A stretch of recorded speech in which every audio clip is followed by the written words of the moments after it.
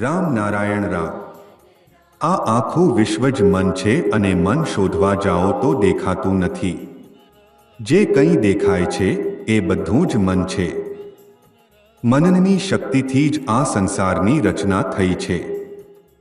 જો સૂર્યમાં મનની શક્તિ ન હોત તો આ સંસારની રચના પણ ન થાત।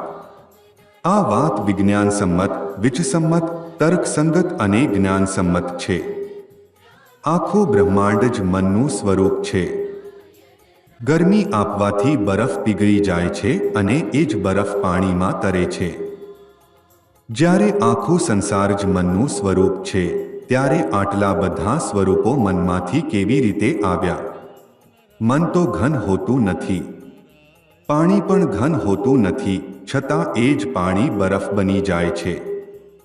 પૃથ્વી, લોહી, માંસ અને વીર્યની રચનાને જે નિયમો છે તે બધા આ જ નિયમ મુજબ ચાલશે।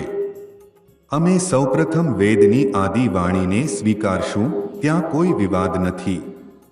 જે મન આ જગતમાં છે એ મનની રચના કયા શબ્દથી થઈ છે? કયા સૂરમાં આ સંસારની રચના થઈ રહી છે?